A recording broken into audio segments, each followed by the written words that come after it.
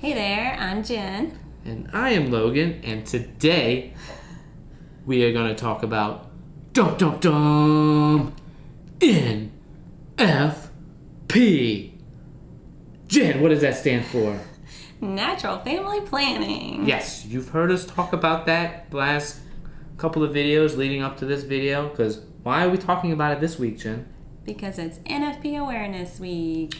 And with NFP comes a lot of controversy because some people find a lot of negatives toward it, and a lot of people find a lot of positives, and there's a big old clash in the middle. I wrote a blog post about one of the misconceptions of NFP. Yes. So I feel like NFP gets a bad rep. One of them being, people call it Catholic contraception, which it is not. And I wrote a post about that. There are a lot of different directions we could go with this video, but we mainly want to focus on NFP and how it affects our relationship as husband and wife, because it takes two, first of all. It's not just all on the woman. Yeah. It's just as much on the man. Yeah. That I can attest to.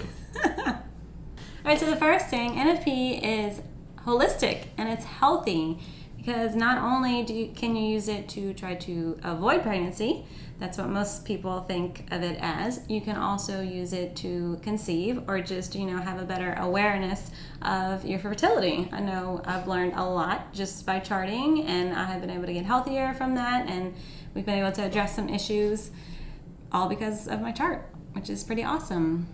Yeah, speaking of the health issues, wouldn't it be better for you than being on the birth control pill to be able to understand your body more through NFP? Right. Yeah. Birth control masks symptoms, if you do have stuff going on. Yeah. That's why I love Creighton. That's what I use. Women's bodies are so confusing. They are. All right, the second thing. This is going to be awkward now that I'm actually going to say it out loud, but I'm just going to say it. Oh, you can say it, and I'm going to put text over to make it even more less awkward. All right. Using NFP, you have more sex. Woohoo! All right, let's be real. Sometimes it feels like we're having zero, not doing it at all because of my chart if we're trying to not get pregnant.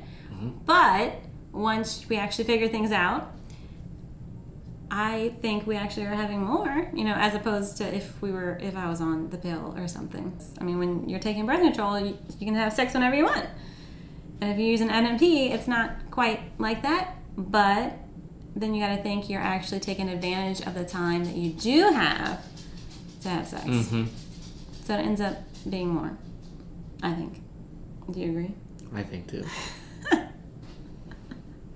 The third thing is that it fosters more love and respect between the two of us. Because in the catechism, I'm going to pull out my catechism right here. It says, periodic continence, that is, the methods of birth regulation based on self-observation and the use of infertile periods, which is NFP, is in conformity with the objective criteria of morality.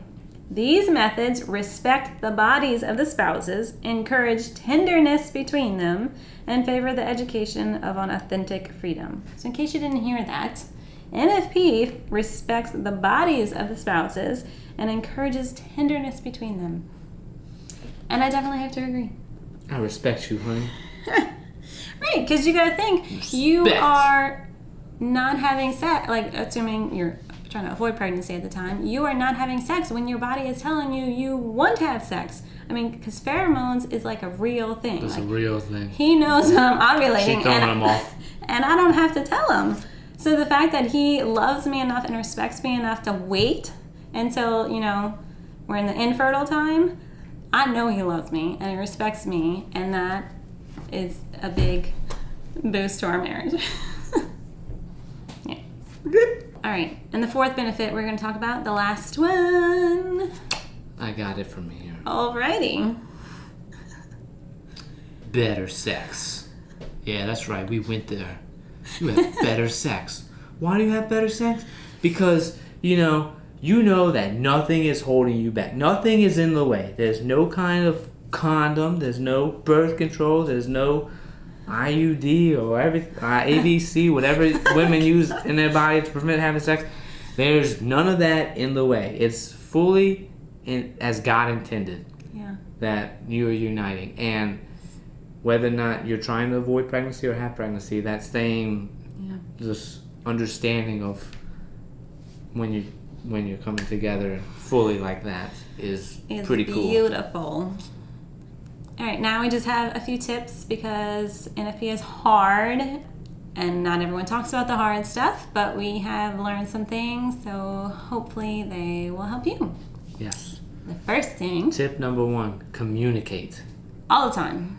Not just when you want to have sex, but like throughout the cycle because things change, factors change. Communicating in general is good for your marriage, as we've Right. talked about. Communicating specifically about using NFP with obviously regards to sex is even more important. Right. Right. You should constantly be talking because one of us might have better insights to our situation than the other, and you should just always be open to what God's trying to tell you. Mm-hmm. The second thing, if you are frustrated with your current method, try a new one. What do you mean by that, Jennifer? Well, we started off with the symptothermal method. We didn't know there were other methods. That was the one that we were told to do, so we did it, and it didn't work very well for us. Yeah. So we switched to Creighton a few years ago. Creighton method. Yes, which has worked really well for us. We've been able to address some issues, and I've just come to better understand my body and my fertility, and it's been really good. That being said, there is a learning curve when you learn a new method. I mean, we were very frustrated for a few months because we had like 0 days, 0 safe days. It's very frustrating. Right.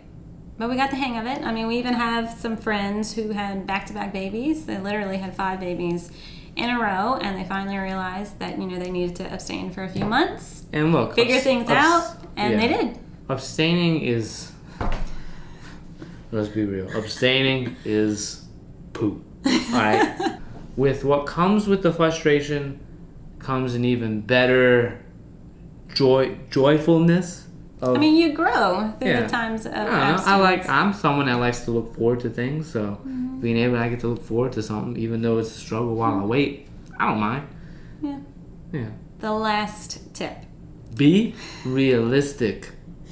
Right. I hear all the time that if you use NFP, you only have to abstain for 7 to 10 days every cycle, and it's not that bad.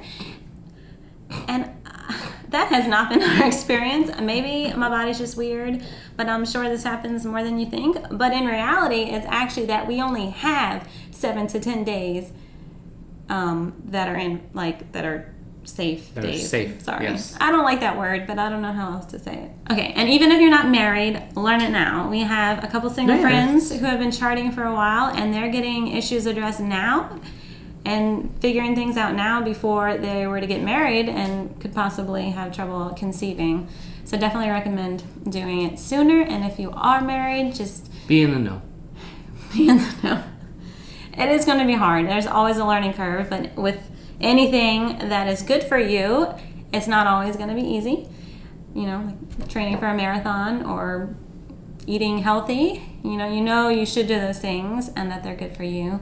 But, sometimes there's some struggles. Like sometimes you just want a second piece of cake or something, But it will be worth it. Do you have a second piece of cake?